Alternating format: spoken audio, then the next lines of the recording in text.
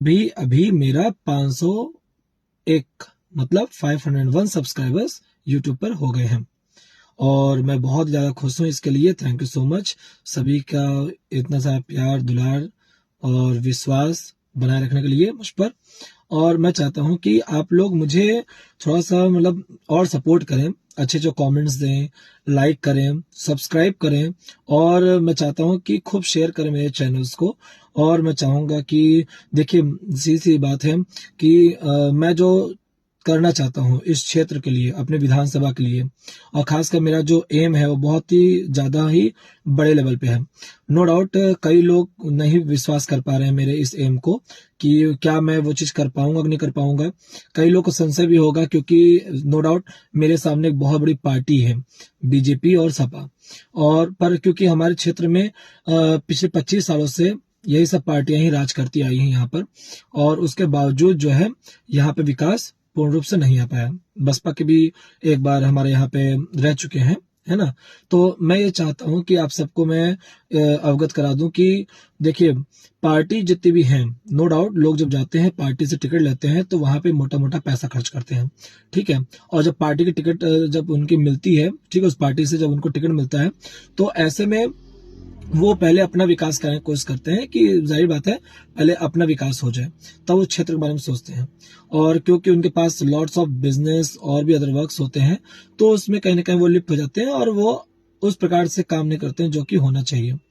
मैं आप सबको यही विश्वास दिलाना चाहूंगा कि मैं आप सबके बीच में रहकर प्रत्येक गांव में हर हफ्ते चौपाल लगाया करूंगा। इसके साथ साथ जो मेरा मेन मकसद है कि मैं लोग समस्याओं को सुनूंगा और बुनियादी ढांचे को बिल्कुल उस पर काम करूंगा कि मतलब लोगों को लगे कि वास्तव में काम हो रहा है। प्रत्येक गांव में सड़क, नाली, बिजली, पानी और जो भी समस्याएं हैं उन सारी समस्याओं को दूर करूंगा। इवन पढ़ाई जो कि बहुत जरूरी है, एजुकेशन, है ना। तो उस एजुकेशन को मैं बहुत ही ज्यादा बेहतर बनाऊंगा और कोशिश करूंगा स्मार्ट क्लासेस हो हर प्राइमरी स्कूल, सेकेंडरी स्कूल्स में। इसके साथ साथ डिजिटल लाइब्रेरी हो हर गांव में और रोजगार के लिए नए नए अवसर मैं खुद ही मतलब सरकार की जितनी भी स्कीम्स हैं, है ना, उसको फॉलो अप करते हुए यहाँ पे ला सकूं।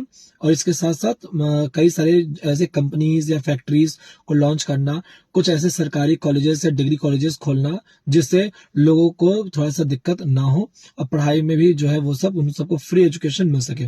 इसके साथ साथ जो हमारे यहाँ पे सीएससी वगैरह होता है, ठीक है, जो भी हमारे जैसे देखिए कोटवा में एक बनी अस्पताल है ना, छोटा सा, तो नो डाउट वो बहुत बेहतर हो सकता है। क्यों हमारे लोग जो है वो स्वरूप रानी उधर साइड जाएं और एम्स या फिर पीजीआई के लिए दौड़े, वो यहाँ पे भी बेहतर कर सकते हैं। तो नो डाउट क्योंकि लोगों ने अभी तक अपने फूलपुर के लिए तो सोचा ही नहीं है ज्यादा, वो मांगते हैं प्रयागराज, और प्रयागराज में बहुत बड़ा क्षेत्र है। और नो डाउट वो प्रयागराज को जब वो देखते हैं तो वो सिर्फ सेंट्रलाइज करते हुए वो सिविल लाइंस का जो एरिया होता है वो सोचते हैं वही प्रयागराज है, जबकि प्रयागराज वास्तव में बहुत बड़ा है। और गंगा पार का उधर का जो हिस्सा है और गंगा पार के इधर का जो हिस्सा है, हमारे तरफ फूलपुर का जो हिस्सा है, वो वास्तव में आज भी उतना पूर्ण रूप से विकास नहीं हुआ है। कई सारे ऐसे गांव हैं जहां पे रोड और नालियां, खासकर रोड रोड का तो कनेक्शन इतना बेकार है कि पूछिए नहीं। लोग कहते हैं कि चहुमुखी जिसे प्रकार से कह सकते हैं ना कि मतलब विकास हो रहा है, but no, this is really wrong. अगर आप वास्तव में आएंगे और प्रत्येक गांव में जाएंगे तब आपको पता चलेगा। नो डाउट जितने मिनिस्टर्स होते हैं, विधायक होते हैं, सांसद होते हैं, खासकर हमारे मुख्यमंत्री जी और प्रधानमंत्री जी और केंद्रीय मंत्री, जब वो दौरा पे जाते हैं किसी रोड पे तो रातों रात वहां के जो डिवाइडर्स होते हैं उस पे पेंटिंग चालू हो जाती है और जो भी पैचेस होते हैं उसको भर दिए जाते हैं, है ना। और लाइट की व्यवस्था बाकी चीजों पे वो तामझाम कर लेते हैं, ठीक है, यहाँ के जितने भी अधिकारी होते हैं। पर वास्तव में क्या उन्हीं एरिया को ही डेवलप करना जरूरी है या फिर उस एरिया को या फिर उस रोड को ही बनाना सिर्फ जरूरी है? और मेरा तो सीधा सीधा सिद्धांत यही पूछना है आप लोगों से कि ये बताइए कि जो रोड होते हैं, नो डाउट इतना पैसा खर्च होता है, हमारे टैक्सेस, है ना, डायरेक्ट या इनडायरेक्ट रूप में जो हम लोग पे कर रहे होते हैं सरकार को, तो वो ये बताइए कि क्या वो टैक्स के रूप में जो हम लोग, क्यों कमाते हम लोग हैं और नो डाउट टैक्स पे करना पड़ता है लोगों को डायरेक्ट इनडायरेक्ट रूप में, तो ऐसे में उस टैक्स का क्या वास्तव में सदुपयोग हो रहा है? नो, दुरुपयोग हो रहा है। क्योंकि आप देखेंगे यहाँ पे हमारे यहाँ का जो स्कीम है, मैंने जो भी देखा है और मैं आप सबको अवगत कराना चाहता हूँ कि हमारे यहाँ पे पहले रोड बनते हैं, फिर रोड तोड़े जाते हैं, रोड तोड़ के फिर नाली बनती है, फिर नाली बनने के बाद फिर उसके बाद वो उसकी मरम्मत कराते हैं, फिर उसके बाद नया स्कीम आता है कि पोल साइड होंगे, पोल हटाए जाते हैं, फिर उनको लगता है कि रोड का चौड़ाकरण करना चाहिए, थोड़ा सा और करना चाहिए, वो रोड को चौड़ाकरण करते हैं। मुझे आज तक समझ नहीं आया कि ये जो 5 साल में 52 बार काम होता है उसी रोड पे, और उसके बावजूद आप देखेंगे हर साल जो है उसी रोड पे कहीं कहीं गड्ढे हो जाते हैं, एक ही बारिश में गड्ढे हो जाते हैं, ठीक है, और कहीं जमीन धंस रही होती है, कहीं कुछ हो रहा होता है। तो आखिर होता ही क्यों है? इसका मतलब कितनी बार पैसा जो है वेस्ट होता है। आप देखिए, सीधा सीधा एग्जांपल देखिए, एक ठेकेदार जो कि इंदौर के हैं, उनके घर में सोने का, चांदी के थाली, बहुत सारी चीजें, नल, स्विचेस सब सोने के हैं। आप सोचिए, एक ठेकेदार के पास इतना पैसा हो रहा है, कॉन्ट्रैक्टर के पास। अगर सही से देखा जाए, टेंडर निकालते हैं तो टेंडर में क्या होता है कि 50% जो है अधिकारी, मंत्री और ठेकेदार खाएंगे। 50% जो टेंडर अमाउंट होता है, क्या उसी को ही यूज किया जाएगा? इसका मतलब है हमसे भी टैक्स में छूट की जाए, हमारे टैक्सेस पे भी 50% का रिबेट मिलना चाहिए। नो डाउट लोग जो है अपनी एक प्रकार से जैसे होता है आवाज उठा नहीं पाते हैं। क्यों? क्योंकि जितने भी बड़े बड़े नेता होते हैं वो जातिवाद का इतना, एक जातिवाद की जो बहुत बड़ी बीमारी है, ठीक है, हमारे क्षेत्र में क्या, हमारे पूरे प्रदेश में क्या, पूरे देश में बीमारी है। तो जातिवाद का जो एक चूरन है वो दे देते हैं और लोग जो है उसमें जो है पगलाने लगते हैं, मतलब एक प्रकार से लड़ने लगते हैं। लोगों को समझ नहीं आता है वास्तव में क्या करना चाहिए। लोग सोचते हैं मैं यादव हूँ, मैं चमार हूँ, मैं पासी हूँ, मैं ये हूँ, मैं मतलब कुल मिला के ठाकुर, पंडित, जैसे ये सब होता है ना, कास्ट के जो नाम होते हैं, उपजाति, है ना, ये जो नाम है, उनको लेकर लोग के अंदर भी इन्फीरियरिटी आता है कि लोग सोचते हैं अरे यार ये तो मेरी बेइज्जती कर रहा है। पर आप सोचिए, यही नेता दलित कह के, पिछड़ा कह के, सब कुछ कह के यही लोग कहते हैं, और ये लोग जो है नाम लेके बोलते हैं, तो आप लोग को बड़ा गर्व महसूस होता है सभी को। मैं तो ये कहना चाहूंगा कि देखिए, आप लोग ये समझिए कि जाति या फिर धर्म से आपको नहीं लेना देना है। हम सब इंसान हैं, इंसान के रूप में हमें काम करना है, एक हो काम करना है। क्योंकि ये जितने बड़े बड़े नेता हैं, है ना, आप कभी नहीं देखेंगे कि इनके बच्चे आपके जो है छोटे मोटे प्राइमरी स्कूल या सेकेंडरी स्कूल में पढ़ रहे होते हैं, ठीक है, क्योंकि उनको सारे फैसिलिटीज मिलते हैं जो कि वास्तव में उनको नहीं मिलना चाहिए एक प्रकार से, पर उनको मिलता है।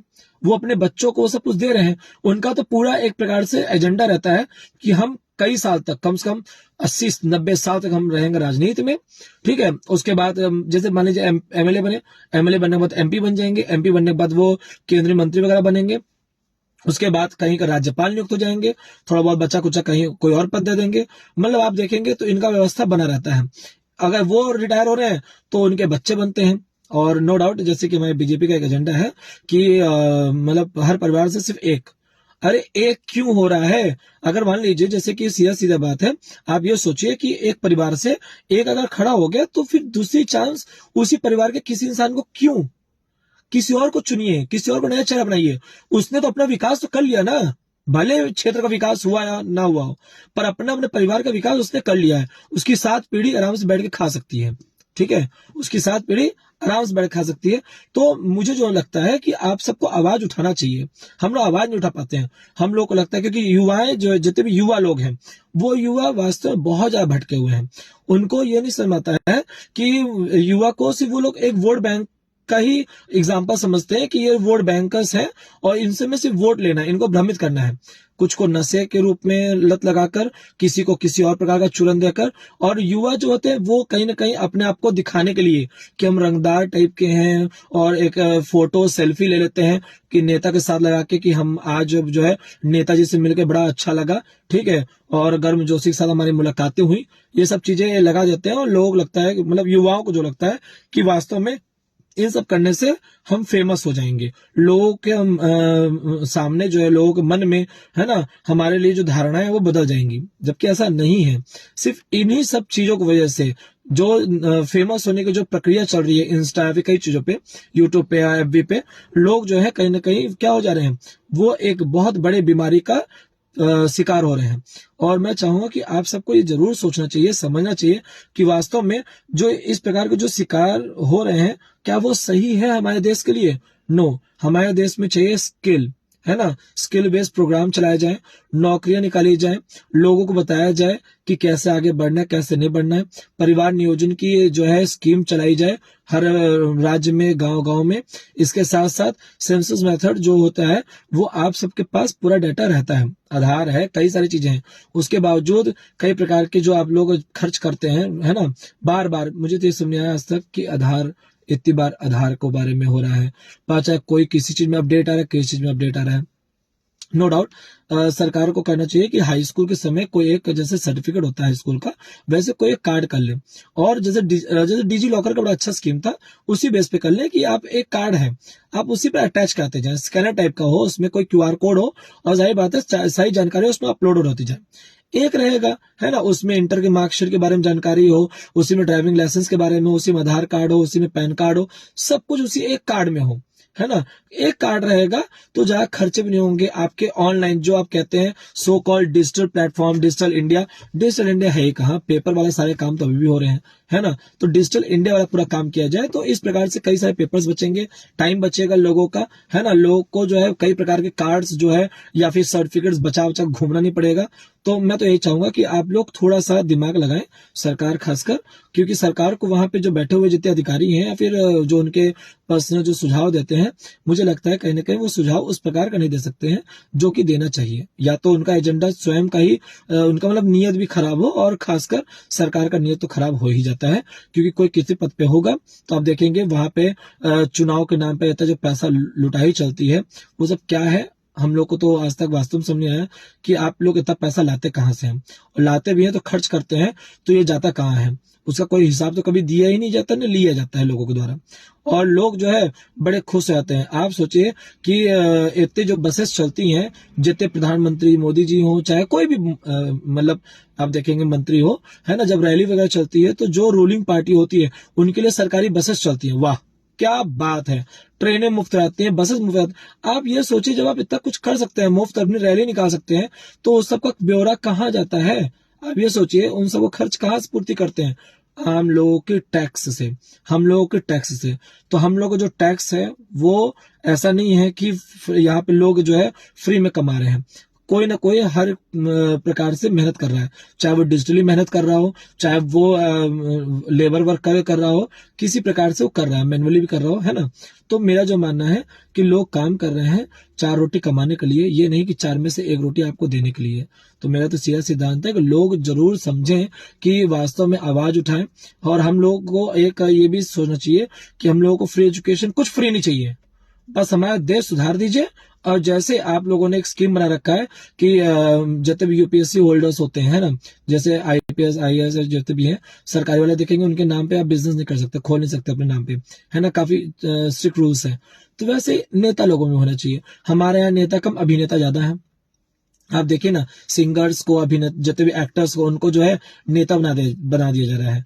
और आप सोचिए, मैं तो ये समझ पाता हूँ कि जितने भी एक्टर्स होते हैं, सिर्फ जो भी है, वो जमीनी काम करने के बजाय, जितने भी मतलब सॉरी जितने भी नेता हैं वो जमीन पे काम करने के बजाय क्या करते हैं, कभी डांस के शोरूम में पहुंच जा रहे हैं, वहां पहुंच जा रहे हैं, है ना, शो में पहुंच जा रहे हैं, यहाँ तक कि आप देखेंगे कई सारे ऐसे रियलिटी शोज हैं उस पर पहुंच रहे हैं वो लोग, है ना, शिरकत कर रहे हैं। आप देखेंगे वो कई और काम कर रहे हैं, पर जो मेन काम है वो नहीं कर रहे हैं, और एक भौकाल बना दिया जाता है लोगों के बीच में। और लोग भी इतने महान हैं कि वास्तव में जो रियलिटी है, जो रियल में स्ट्रगल करना चाहते हैं, इस देश को सुधारना चाहते हैं, इस देश के लिए वो कुछ करना चाहते हैं, उनको तो आप आगे बढ़ा ही नहीं रहे हैं। और आपको लगता है कि पार्टी को सपोर्ट करके आप बस एक काम कर लेंगे बड़ा अच्छा सा, और मुझे नहीं लगता कि आप जो सोच रहे हैं वो हो पाएगा।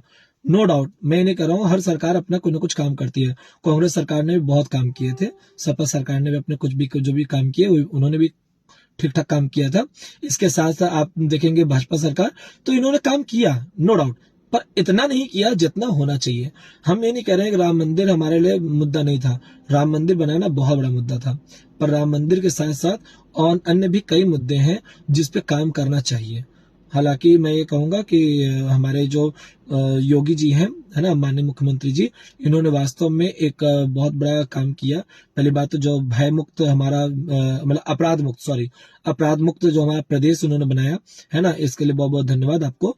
बट कहीं ना कहीं आपको भी पता होना चाहिए कि वास्तव में भ्रष्टाचार आप उसे मुक्त जो है प्रदेश नहीं बना पा रहे हैं, भ्रष्टाचार मुक्त प्रदेश नहीं बना पा रहे हैं। और इवन आप देखेंगे जो करप्शन है वो बहुत ही लो लेवल से लेके हाई लेवल तक पूरा बना हुआ है। और आप थाने का पूरा जाके देखा जायजा लीजिए, है ना, बाकी जगहों का जायजा लीजिए तो आपको पता चलेगा। मुझे तो लगता है कि इनको एक एक इन्फॉर्मर्स रखना चाहिए, है ना, जो कि उनको वास्तव में सही रिपोर्ट दें, ठीक है, और उनको उसका निरीक्षण कराना चाहिए, एक बार देखना चाहिए कि वास्तव में हो क्या रहा है। और मुझे तो लगता है कि जैसे कि आप डेटा चेक करते हैं, है ना, बकायदा, जैसे कि मान लीजिए टैक्स वगैरह की सारी जानकारी आपके पास रहती है, पैन कार्ड आधार कार्ड आप लोग पास है, ये है, सब कुछ है, तब चेक करिए। अब कैसे वो जो एक सिपाही के पास इतने हजारों करोड़ रुपए का पूरा सब कुछ आ गया, कैसे उसने जो है लखनऊ में एक बहुत बड़ा घर बना लिया, तो इसका मतलब कहीं ना कहीं सिर्फ एक सिपाही नहीं लिप्त है ना उसमें, उसमें कई अधिकारी, कई नेता, कई मंत्री, कई लोग लिप्त होंगे। तो उन सबका नाम भी उजागर होना चाहिए था, पर उनका नाम उजागर तो होगा नहीं, क्योंकि आप लोग पास तो समय है नहीं, है ना, सच्चाई दिखाने के लिए। जो दिखाना है वो मीडिया को खरीद लिया गया है। और मीडिया, नो डाउट, जैसे कि हम सबको पता है कि पहले की मीडिया थी, लगता था कि शालीनता के साथ न्यूज बताते थे, चीजों को अवगत कराते थे। पर आज की मीडिया भी हाव भाव में रह गई है, एक डिबेट का प्रचलन कर देती है। और डिबेट में बकायदा जो है दो ठो इधर बंदर साइड जैसे लगते हैं, दो ठो इधर बंदर साइड लगते हैं। मतलब एक प्रकार से आप समझेंगे, डिबेट में देखेंगे तो डिबेट में वो है ही नहीं क्वालिटी, डिबेट में क्वालिटी है ही नहीं। आप देखेंगे वो लड़ रहे हैं, किस मुद्दे पर लड़ रहे हैं। मुझे तो आज समझ नहीं आ रहा है कि इतिहास हम पढ़ते क्यों हैं। जाहिर बात है इतिहास ऐसे पढ़ते हैं जिससे वापस वो गलती हम दोहराए ना, हम आगे चीज सुधारें। यहाँ पे आप देखेंगे 99% जितने भी डिबेट्स होते हैं वो इतिहास को कुरेदने के लिए होते हैं, खोदे जाते हैं, सारे चीजें खोदे जाते हैं। अरे बाबर, अकबर और इन सब का, औरंगजेब से हमसे क्या लेना देना भाई? आप ये बताइए कि पहले क्या हुआ, हमसे उससे क्या लेना देना? आगे के बारे में बात करिए, करंट के बारे में बात करिए। करंट के बारे में कोई बात ही नहीं करेगा। मैं नाम नहीं लूंगा, कई सारे भाजपा के प्रवक्ता हैं और कांग्रेस के प्रवक्ता हैं, है ना, और सपा के भी हैं। हमेशा मैं देखता हूं कभी इस मुद्दे पे बहस हो रही है, कभी उस मुद्दे पे बहस हो रही है। लोग भी बड़े प्यार से उस चीज को देखते हैं, सोचते हैं वाह क्या बात है, उन्हें कुछ मैटर मिलेगा, बड़ा मैटर। अरे बड़ा मैटर आपको नहीं मिला है। आपको ये सोचना चाहिए वास्तव में आप क्या देख रहे हैं, क्या आपको देखना चाहिए। और प्लीज अंजना ओम कश्यप जी, मैं आपका नाम ले रहा हूँ, सॉरी। आपको हो सकता है अगर मेरी बात वहां तक पहुंच जाएगी, आप तक पहुंचेगी, तो आप प्लीज बुरा मत मानिएगा। और आज तक क्या जितने भी चैनल्स वाले हैं, न्यूज चैनल, मैं आप सबको प्लीज यही कहूंगा, आप रियलिटी को जरूर दिखाया करिए। वास्तव में जो ग्राउंड रियलिटीज हैं, है ना, उसको जरूर दिखाया करिए, पर्दाफाश करिए, लोगों को बताइए चीजें हैं क्या। और वास्तव में अगर मीडिया सही से काम करे तो हर कोई अच्छे से काम करेगा। और मैं एक और जरूरी बात करना चाहता हूँ, क्योंकि अभी तक मैंने कितने सारे वीडियोस बनाए हैं, तो सब वीडियोस में मैंने कुछ कुछ बताया ही है। और उसमें सबसे महत्वपूर्ण है अलायंस पार्टी। प्लीज मैं चाहूंगा लोग एक जन समर्थन करें और अलायंस पार्टी को तोड़ें। अलायंस पार्टी तोड़े मतलब कि कोई भी सरकार अलायंस सरकार ना बनाए, ठीक, गठबंधन सरकार ना बनाए। गठबंधन सरकार हमारे पूरे देश में होना ही नहीं चाहिए, किसी भी जगह पे भी गठबंधन सरकार इसलिए नहीं होना चाहिए क्योंकि वास्तव में लोग जिनको चुनना चाहते हैं, पता चला वो रातों रात बिक गया, किसी और में चला गया। पता चला कि कई दो तीन और जो है पार्टी मिलके वो सरकार बना ले रही है। विश्वास नाम की चीज है ही नहीं। जिन लोगों को लगता है कि हाँ प्रदेश में इतने लोगों को हमने दिया, चलो इनकी सरकार बनेगी, पता चल रहा है कि वो सरकार गिर गई रातों रात, है ना। कोविड में आप देखिए कई जगहों पर सरकार गिर गई थी, ठीक है, क्योंकि लोगों का जन समर्थन पता चला कुछ और निकल गया। क्यों? क्योंकि आप लोगों ने विधायक को खरीद लिया। अरे भाई, जिनको जो काम के दिया गया है एक बार वो करने तो दीजिए। हस्तक्षेप कर रहे हैं हम लोग, क्या ये सब लोकतांत्रिक देश में सही चीजें हैं? नो, मुझे तो नहीं लगता कि वास्तव में कॉन्स्टिट्यूशन ये तो नहीं कहता। अगर यही कहता है कि दल बल से हम जो है विधायक खरीद सकते हैं, ये सब काम कर सकते हैं, तो फिर चुनाव का मतलब ही क्या है? तो आप सीधे से विधायक खरीदिए। क्यों पैसा वेस्ट करना भाई? देश का टैक्स का इतना पैसा जो है लगता है चुनाव में। आप सोचिए एक चुनाव में कितना रुपए खर्च होता है। अभी 2027 में विधायक का चुनाव होगा, 29 में सांसदों का होगा, और आप सोचिए इतना रुपए खर्च होगा, पर होगा क्या? बस हेलीकॉप्टर आ रहे हैं, मंत्री जी यहाँ कूद रहे हैं, वो वहां अपने प्रवचन देंगे, है ना, भाषण देंगे, लोग दूर दूर तक सुनने जाएंगे, क्योंकि लोग पास काम तो है ही नहीं सुनने का।